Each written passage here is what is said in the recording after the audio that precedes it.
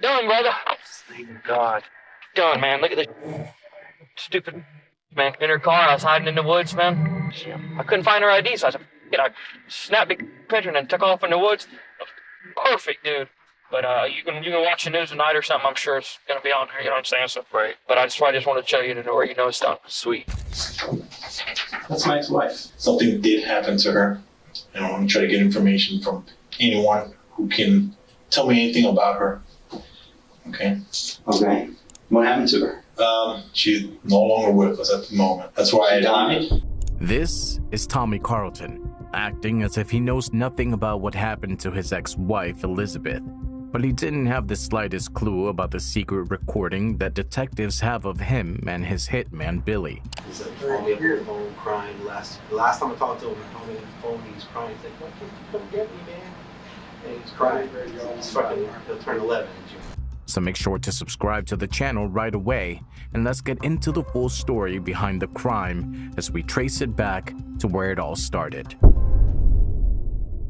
In 1996, Tommy Lowell Carlton and Elizabeth Nicholas met while working as nurses at a medical facility in Florida. They quickly became friends, and later that same year they got married, and their lives seemed blissful. 2 years later, in 1998, their son Eric was born. But the arrival of their only child marked the beginning of a trouble in their marriage. Tommy grew distant, and the couple found themselves locked in frequent arguments over trivial matters. Then, 6 weeks after Eric's birth, Elizabeth made a shocking discovery. While recovering in the hospital after gallbladder surgery, Tommy visited Elizabeth with Eric and told her she needed to keep him overnight. To Elizabeth's shock, Tommy introduced her to a male companion and then revealed that he was gay. He left the hospital with his dinner companion, leaving Elizabeth reeling from a sense of betrayal. As time went on, Tommy spent more and more time away from his male partners. Angered by his deceit and worn down by their escalating arguments, which had even turned physical, Elizabeth filed for divorce in 2000. After their divorce, Elizabeth and Tommy shared joint custody of Eric. Although he primarily lived with Elizabeth, initially the arrangement worked smoothly, with Tommy also making regular child support payments. But after a few years, things changed. Tommy suddenly stopped contributing financially. The shift began when Elizabeth started dating again, eventually forming a serious relationship with a man named Jay Saltzman. The bitterness between her and Tommy intensified. Not only had Tommy neglected child support for years, but he now sought custody of Eric, claiming that Elizabeth and Jay were putting their son's safety at risk. Exhausted by the constant conflict, Elizabeth filed a motion to have the child support terms modified. After some delays, she finally received a court date set for May 14, 2009. But once Tommy received notice of the hearing in January, he abruptly cut off contact, refusing to take Elizabeth's calls and withdrawing entirely from Eric's life. It was as if he had vanished, yet it wouldn't be long before their lives were fatefully connected again. Tommy had dark intentions for Elizabeth. In June 2008, he met a man named Ricky Donovan while attending Narcotics Anonymous, a nonprofit fellowship. The two quickly became friends, and soon Tommy confided in Ricky, saying he wanted to remove Elizabeth from his life. Tommy claimed that Elizabeth and her boyfriend Jay were endangering his son Eric, and he was determined to gain full custody. Ricky then introduced Tommy to another recovering addict named James Wood. Over the next few weeks, Tommy and James developed their friendship. Like Tommy, James had a son from a previous relationship, though he hadn't seen him in years due to his ex-girlfriend keeping her distance. Eventually, Tommy revealed his deadly plans to James, which included poisoning Elizabeth or tampering with her car to make her death look like an accident. Tommy even suggested that if James helped him eliminate Elizabeth, he would in return deal with James' ex-girlfriend, allowing James to be with his son. Initially, James dismissed Tommy's talk as idle, but as Tommy continued to bring it up each time they met, James eventually offered him a potential solution. On May 4, 2009, Tommy met James at the Quality Inn Hotel in Osceola County. James had mentioned a friend named Billy who could help with Tommy's problem. The conversation began casually, but soon, Tommy explained to Billy that he believed his ex-wife and her boyfriend were mistreating his son. He's with this guy who's beating the scrap out of my son. I can't see him, they won't let me see him, and talk to him, and nothing, he's doing that. He's like calling me up on the phone, crying. The last time I talked to him, he told me on the phone, he was crying. He's like, why can't you come get me, man? And he's crying. He's fucking, he'll turn 11 in June. After a while, Tommy suggested they leave the hotel room, as he seemed uncomfortable staying there, and offered them to continue the conversation in his car. Can we go in like my car and talk about it? I'm a little hesitant about this hotel room. I don't give a fuck. I'm getting my goddamn truck or car or whatever, man. Is that cool? Yeah, I don't give a fuck. Alright. Once in the car, Tommy and Billy started laying out the details of their plan. Tommy made it clear that only Elizabeth needed to be taken care of, and they discussed the timeline. He needed it done by May 14, 2009. How soon do you need it done? Roughly before like the 14th. At least a day or two of research, you know what I'm saying? Figure out how I'm gonna do it. With the time frame set, they began talking logistics. Tommy specified that he didn't want his son anywhere nearby when it happened. Billy suggested a single gunshot to the head as the most effective method. I plan on using the gun. The most effective way to awesome like that is gun your back there. They then settled on payment. Who's that cost? How do you want it done? I don't want more than around. Because I want 500 up front and then 15 when it's done. And if I do a business deal with them, I ain't gonna go knocking on your door every day. $500 up front by Friday, May 8th, followed by 3 installments of $500 over 6 weeks, totaling $2,000. After finalizing payment and the method, Billy advised Tommy to start building an alibi, in case the police turned their attention toward him. Tommy agreed to keep himself visible throughout the week to avoid suspicion. On the afternoon of May 6, 2009, Billy and Tommy met again in a Dairy Queen parking lot in Kissimmee, Florida, to discuss the next steps in their plan. This time, Tommy drove Billy around the city, showing him pictures of his son Eric and his ex-wife Elizabeth. Just gonna keep driving, keep moving. Go make a big loop or something. Yeah. So, look in here, I got the pictures of my son and stuff in there. Okay, cool. Can I? Oh. That's about 3 years ago. This is most recent. He hasn't changed much. He vented about his strained relationship with Elizabeth, sharing his ongoing fears for Eric's safety and the nightmares he claimed to be having. Before dropping Billy off at Dairy Queen, they agreed to check in with each other around midday on Friday, May 8th, 2009. Early afternoon better for me, so noon, 1, 2, that. Yeah, how about like between 1 and 2, Paul? Yeah. Okay. At 3 p.m. on May 8th, the two met in a Walmart parking lot in Osceola County. They took a brief drive during which Tommy handed Billy $500. All in.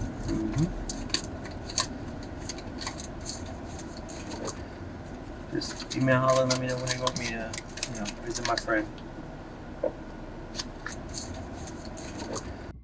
Billy informed Tommy he would head to Elizabeth's house that evening, while Tommy was to wait for a call. No problem. I'm gonna haul out away now, because yesterday she got off at 6:30 anyway, so. I don't know if you've ever been to that job, but it's, I haven't. It's fun. It's a sweet spot. While Tommy was to wait for a call to help establish an alibi. Tommy continued to work his routine, visiting patients and setting up IV drips at their homes. Later that day, Billy called Tommy to remind him to be visible and make sure he was caught on camera, to which Tommy agreed. Shortly after, Billy contacted Tommy again, asking to meet at Walmart.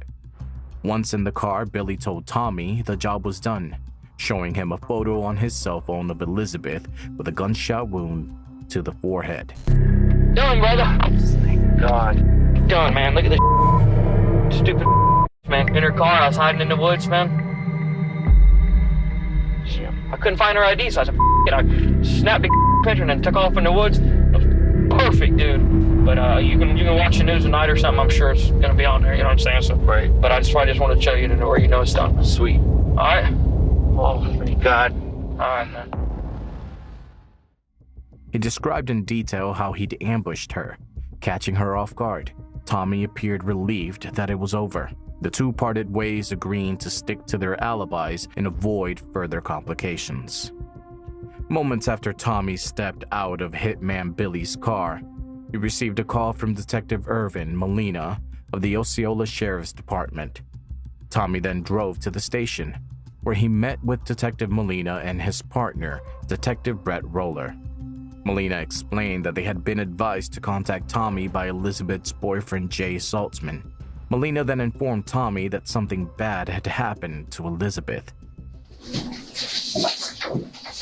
That's my ex-wife. It's your ex-wife? Yeah. All right. First of all, the reason why I wanted to talk to you today was something did happen to her, and I want to try to get information from anyone who can tell me anything about her. Okay? Okay. What happened to her? You're a doctor, or I'm sorry, I'm a nurse. You're a nurse. Okay, so Not a doctor yet. There's something that had happened to her. She's no longer with us at the moment. I'm sorry, to have to come straight out and tell you that. That's why That's why I really did not want to speak to you on the phone. Without much reaction, Tommy asked if she was dead. The detectives confirmed that the news was serious, which was why they called him in. Detective Molina then began asking about Tommy's marriage to Elizabeth. Tommy described the relationship as turbulent. How were you guys when you guys were married? When we were married, she slept around with me 3 times. The night that that we split up, I came home early from a patient's house, and she was shooting up my kid with something. And that's all on record in Orlando. She had a needle stuck in his arm. She was shooting him up to get him to go to sleep. With what? Don't know. Called it, I was exhausted. I'd been up for like 40 some hours, and I kicked her out of the house and took Eric and went in the bedroom and pretty much just kind of passed out. When I woke up, she come and got Eric and took him, and then she went to South Dakota, and it was just a big mess, the whole thing. But that's just the norm for her. She just makes up crap, and it's just ridiculous. Claiming Elizabeth was a compulsive liar who had even accused him of assault. He painted her in a negative light, further alleging that she had kept him away from his son and had drugged Eric to make him sleep.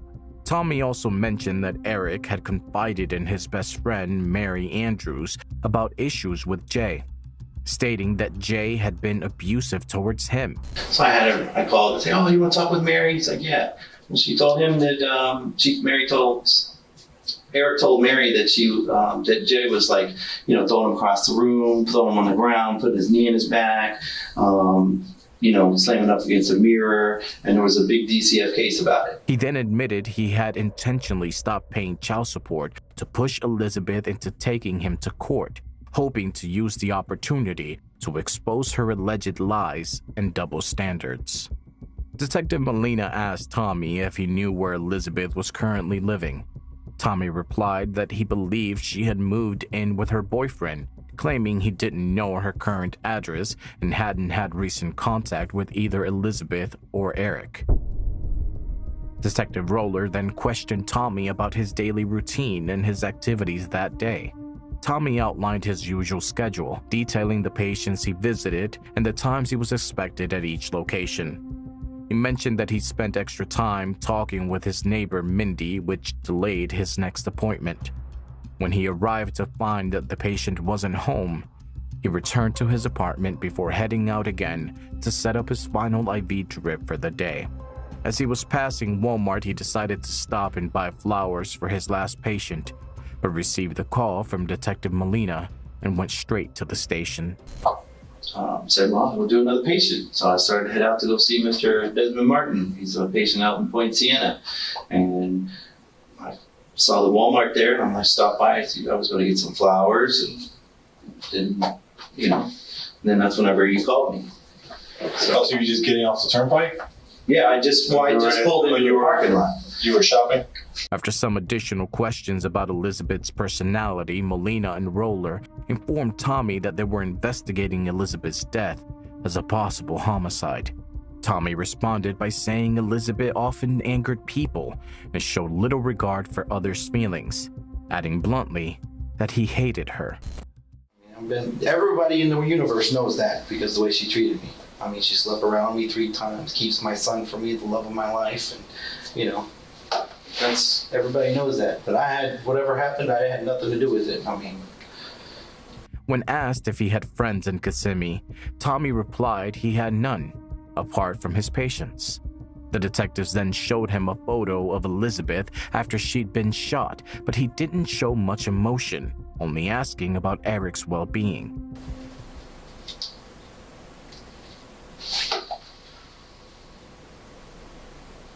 And where's my son? I mean, Your son is sick. Promise you. It's the first place we went. Yeah. he didn't see nothing happen. He wasn't in the car or nothing. I'm sorry to interrupt. Moments later, the tone of the interview shifted as Detective Roller introduced Tommy to another agent, which left him stunned. Standing in the doorway was Lieutenant Howard Griffin, the same man Tommy had come to know as Billy the Hitman over the past 5 days. You ever met this guy before? I have. I want to introduce this to you. This is an agent from the Osceola County Sheriff's Office. Okay? Okay.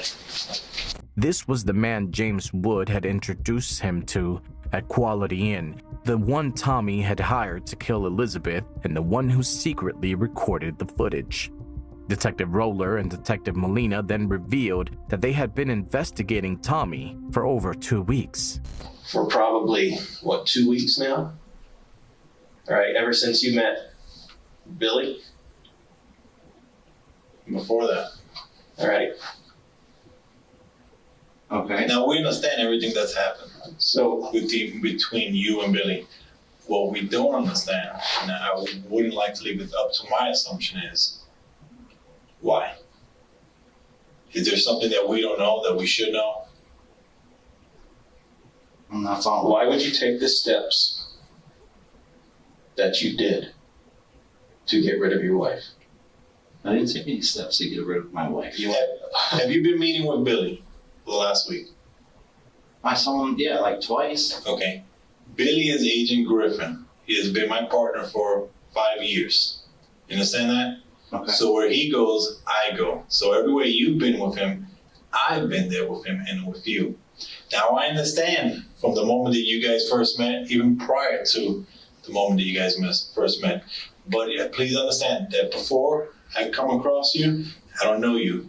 I didn't know Elizabeth. So I don't understand what would drive a person to that point. There has to be a reason. There has to be a good reason. And I don't want to write down my assumptions of what I've known from you or I know of you. What I want to know is what you really tell me as to why, what happened, what pushed you to that point, to where we are right now.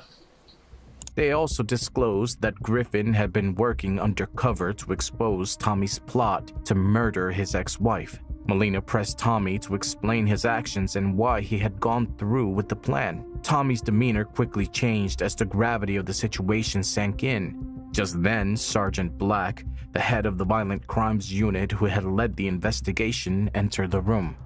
He presented Tommy with the money he had paid Billy and walked him through the surveillance footage that had been collected throughout the week. You recognize that? There's $100 bills. Do you recognize it? I've had $100 bills before. Did you I've give, never seen a package before. did you give Agent Griffin any money? Did I give Agent Griffin? Who's Agent Griffin? Billy. Billy. Let me tell you what you did, okay? You met him in a hotel room, okay? You went inside or had a conversation, you went in there for over 27 minutes. And was it 22 seconds, 27 minutes, 22 seconds? You came out, you walked outside because you didn't want to do anything inside the hotel room because you were trying to be smart, but you really wasn't smart. Then you walked outside, out there, then you talked about it and said you wouldn't give him any details, you know, because you was a pretty smart guy. So you walked outside, all three of you did. You walked outside, you talked to him for a few minutes, and you said you just want out of the way, then you discussed the price. You know, $500 up front, $500 every 2 weeks, because you only get paid over 2 weeks. Okay? Am I so far? Now, I don't want to give you too much information, you know, and all he's trying to do is find out why. You know? Be honest with you, I don't really give a crap why. I mean, it's you. We're trying to It's find for out your- why you did it. It's for your benefit. It's Yeah. not for ours. Then let me You finish. already did what you did. Then you left. Then you left. You went up to the hotel room up there, and we went to the front lobby and said, "Hey, I got a friend lives in 154. I want to rent the room next door too." And they tell you something else. So you leave from there, then you go and you go out westbound on 192. Now you go 1.3 miles. You turn around, you come back in the hotel. You go on the east side. You get out and walk around a little bit over, and you look around a little bit more, and you come out, and the guy confronts you again. You say, "Oh, I'm just having a cigarette before I leave." And you get up and leave, and you go somewhere else. Then we call you again. I got the exact times, got your voice, got your video. You really didn't want to get in the truck. I got everything, you know. Really, I don't even need to talk to you. I can just lock you up, and take you over there. And I'm done for the night. Go home for Mother's Day. Okay? You hear me? What we're just trying to find out is your opportunity as to why. Well, as to why. You know, if you don't want to say why, then fine. We're done. I don't care. It was at this moment when Detective Roller told Tommy that Elizabeth was still alive and that the evidence they had gathered was enough to put him behind bars. Tommy, realizing the situation, immediately requested a lawyer. So will you let me see a lawyer? The what? Do you want a lawyer? Is that what you're saying? Well, I mean, obviously that's what you guys Listen to me, take it to. This is a simple question. Do you want a lawyer? Do you want an attorney? You want to stop talking? If you tell me yes, you want an attorney, you want to stop talking, and we're done. We'll take you over to jail. It's up to you. That's a simple question. Do you want an attorney? Yes. All right, we're done. Stand up now. Stand up. Put your hands back. And that the evidence they had gathered was enough to put him behind bars. Tommy, realizing the situation, immediately requested a lawyer. He was arrested for solicitation to commit murder, an attempted murder, and was held without bond at the Osceola County Jail. In the weeks that followed, Tommy chose to represent himself in court, and during the trial, the investigation team informed him about the undercover sting operation that had led to his arrest. In early May 2009, James Wood reached out to Sheriff's Deputy David Snyder, a family friend, and shared his concerns about a man he had met through Narcotics Anonymous named Tommy Carlton. James explained that Tommy had confided in him about wanting to hire someone to kill his ex-wife, Elizabeth Nicholas. Initially, James didn't take Tommy's words seriously, but as Tommy continued to bring up the idea, James became more alarmed. On May 4, 2009, James, accompanied by Deputy Snyder, met with Sergeant Wiley Black from the Osceola County Sheriff's Violent Crime Unit. James relayed the full story of Tommy's plot to kill Elizabeth, and after discussing the details, the officers decided to involve Lieutenant Howard Griffin, an undercover agent, to help investigate Tommy further. I received a phone call from our Violent Crimes Unit, and basically they told me that I need to come in and meet up, and they briefed me on what they had at the time, which ultimately was Tommy Carlton, who was trying to find someone to murder his ex-wife. With the guidance of Sergeant Black, Detective Molina, and Detective Roller, James called Tommy to arrange a meeting that evening at the local Quality Inn Hotel. Surveillance was set up, and Griffin was prepared for his role as the hitman, Billy. The meeting between Tommy and Griffin was to take place in a hotel room, with surveillance in an adjoining room. During their first meeting, Tommy appeared visibly anxious, worrying that the hotel room might be bugged. James and Griffin reassured him that nothing of the sort was happening. However, when Tommy stepped out of the room to grab a pen, he grew paranoid and looked into the adjoining room through a slit in the curtain. He thought he saw a metal briefcase with a listening device on the desk. Returning to James' room, Tommy shared his suspicions, but after checking again, they found nothing. Still feeling uneasy, the three men decided to sit in Tommy's car and continue their discussion about the plan to kill Elizabeth, which was all recorded.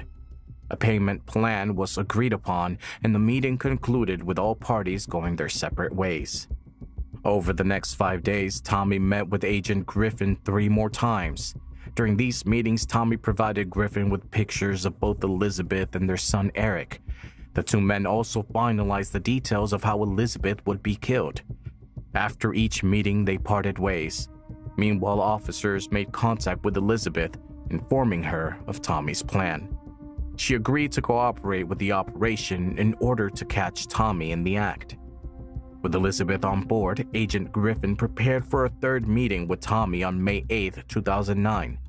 During this meeting, Tommy handed over $500 to Griffin with a promise of $1,500 to follow over the next 6 weeks. After the exchange, they went their separate ways, and the sheriff's office began setting up the crime scene. As officers took photos of Elizabeth for Tommy's benefit, Griffin called him and instructed him to begin setting up an alibi. Once everything was in place, both men agreed to meet that Friday evening at the same Walmart. With Detectives Molina and Roller monitoring the interaction from a surveillance van, Griffin showed Tommy that photo of Elizabeth.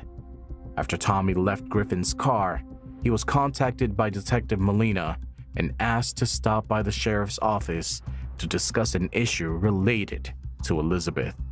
Tommy Carlton's trial began on February 7, 2011, at the Osceola County Court, with Judge Scott Palladino presiding. The prosecution, led by attorney Michelle Heller, argued that Tommy wanted his ex-wife dead and showed no remorse throughout the planning of her murder.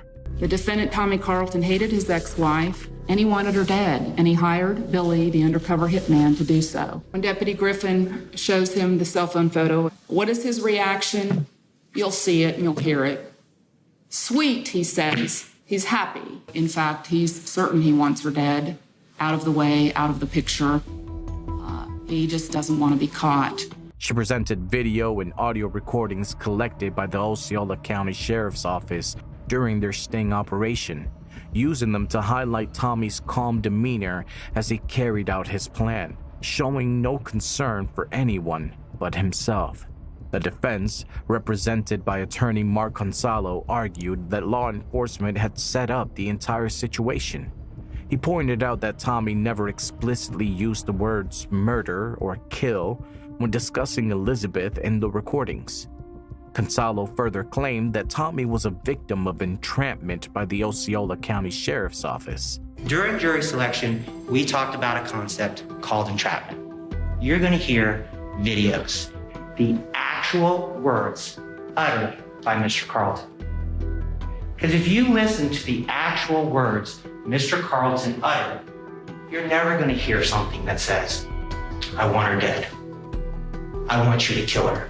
After both the prosecution and defense presented their opening statements, witnesses, including the officers involved in the sting operation, police informant James Wood and Tommy's ex-wife were questioned under oath. Agent Howard Griffin testified about his interactions with both James and Tommy, detailing the entire exchange as captured on camera. He also revealed that Tommy had set a deadline to have the job completed by May 14, 2009. James Wood testified that Tommy had approached him multiple times, and each time the conversation eventually turned to getting rid of Elizabeth. Detectives Molina and Roller provided further testimony about the sting operation, explaining how it was orchestrated and how Tommy's behavior changed during the interrogation when he learned he had been caught. Did you believe that Mr. Carlton wanted to kill his ex-wife? Yes. Okay. And are you able to articulate to the jury why you believed that? Why I believe that? Yeah. I feel like he was very passionate about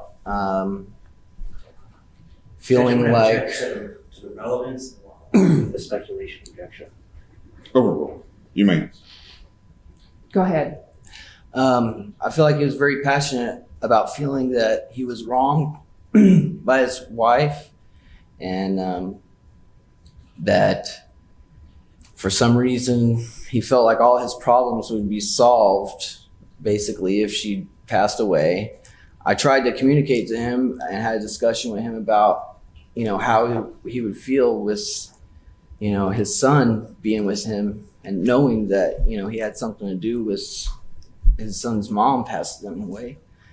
And he didn't seem to care. I kind of tried to offer that because really I was trying to talk him out of it or throw out ideas that would kind of, make him feel like, that maybe it wasn't a good idea, but basically after he wanted to go through with it after that, I pretty much knew he was pretty serious. Elizabeth Nicholas took the stand and shared her perspective on her relationship with Tommy. She spoke about his revelation that he was gay and expressed her belief that Tommy's desire for custody of their son, Eric, was not genuine. Instead, she believed he was trying to avoid paying the child support he owed her. When our son Eric was 6 weeks old, I had my gallbladder out and I was in the hospital. He brought a man to my hospital room and he told me that he was gay and he was going out with him for dinner and he left me with the baby. How would you describe the years since you've been divorced? Just in one, if you had one word to describe them. Roller coaster. Tommy then took the stand in his own defense, claiming that he never intended for Elizabeth to be killed. Instead, he said he only wanted someone to scare her and her new boyfriend into allowing him access to Eric. So he showed up. I said, you want to take care of the problem, be able to see my son. I didn't say, to be able to kill my ex-wife. It was to be able to see my son and where I can actually protect him again and see him and guard over him so that he's not being beat when I'm not there. Detective Griffin says, oh, I know, just tell me what you need done and I'll decide how it's going to work. Your response is, what's it going to cost? His is, what do you want done? You say, them taken out of the way so my son can come live with me. Explain to the jury what you meant when you said that. Well, yeah, at first he says, what were you thinking, what do you want done? And then he says, I don't work for free. So I said, well, what were you thinking of doing? And then you go back and forth a couple of times there. And then I say, well, what were you thinking price-wise? Because he tacked on the other things. I didn't even know what we were talking about at that point. And then he added in the money issue. So I'm thinking, he was wanting like gas money, because nothing's been specified at all. Frequently, I would give James Wood gas money because he didn't have a job, didn't have nothing. So I didn't know what we were talking about. I didn't know if the guy was going to want like drugs to do something or what. Nothing was specified. And in my head, I'm thinking that all that needs to be done to solve this is to have somebody show up and catch Liz walking out of the apartment or something and say, hey, we know that your kid's being beat by this guy. And then just imply, as a show of force, a verbal harangue that don't make us come back, and just let her decide what that means. This is a visual, this verbal incentive, an implication that something would happen if she didn't, just to see if that would stop it, because nothing was going. That's what I'm thinking is happening, because nothing's been specified otherwise. So that was the first thought of me. Not, that's why I said I wanted to be able to see my son, not take out, kill, murder my ex-wife. Tommy also argued that James, a spurned lover, had twisted the story into one of a murder-for-hire plot. Additionally, Tommy explained that he didn't fully understand everything Agent Griffin said during their meetings due to his hearing disability. Both sides presented their closing arguments on February 10, 2011. The prosecution urged the jury to consider the evidence from the surveillance footage in light of Tommy Carlton's testimony, as well as the testimony of the victim, Elizabeth. Meanwhile, the defense stuck to its argument of entrapment, asking the jury to consider that law enforcement had manipulated the case to their advantage. The jury deliberated briefly before reaching a verdict. On the afternoon of February 10, 2011, they found Tommy guilty on both charges. Division 201, State of Florida versus Tommy Lyle Carlton. Verdict as to count 1. We, the jury, find the defendant guilty of solicitation to commit first-degree murder as charged in the information, So Say We All, dated at Kissimmee, Osceola County, Florida, on this 10th day of February 2011, signed by the foreperson. Verdict as to count 2. We, the jury, find the defendant guilty of attempted first-degree murder as charged in the information. So Say We All, dated at Kissimmee, Osceola County, Florida, on this 10th day of February 2011, signed by the foreperson.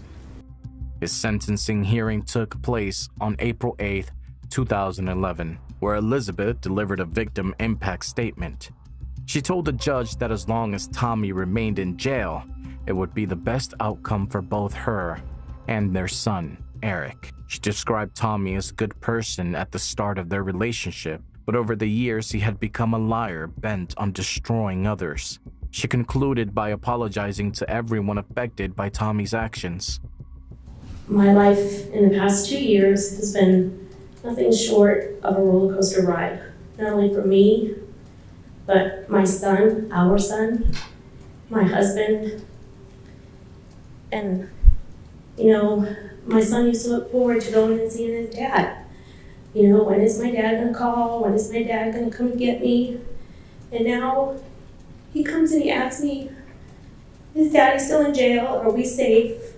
And I have to go to the website and say, yeah, okay, he's still in jail. My life is not what it started out to be. I don't know where it's going. I don't know from one day to the next, you know, if I'm gonna be happy or sad. Everybody asks me how I feel. There's not a word that I know of that can describe adequately what I feel, because I feel them all at once. And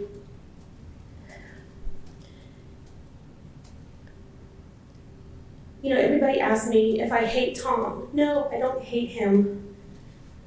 I loved him so much at one time. And now all I want to ask him and I want to know is why. Because it just doesn't make any sense. It doesn't make any sense at all. I don't know that person anymore. It's not a person that I could ever trust again to be. I just don't know. Tommy was sentenced to 22 years in prison and was ordered to have no direct or indirect contact with Elizabeth. While he was not prohibited from contacting his son Eric, the boy chose not to reach out to his father. Tommy's appeals to have his sentence reviewed by the state were both denied. Tommy Carlton's actions revealed the dark depths of a person willing to eliminate the mother of his child without a thought for how it might impact his son. Driven by greed, jealousy, and a desire for control, Tommy ultimately alienated himself from everyone who once cared about him. Reflecting on today's case, do you think Tommy received the justice he deserved? And what about James Wood? Do you see him as courageous for stepping up and alerting the police when he sensed something was wrong? Share your thoughts in the comments below. If you found this story compelling, don't forget to subscribe to Behind the Crime. Give us a thumbs up and share with fellow crime enthusiasts. Have a case you'd like us to cover? Drop us a message in the comments. Until next time, stay safe.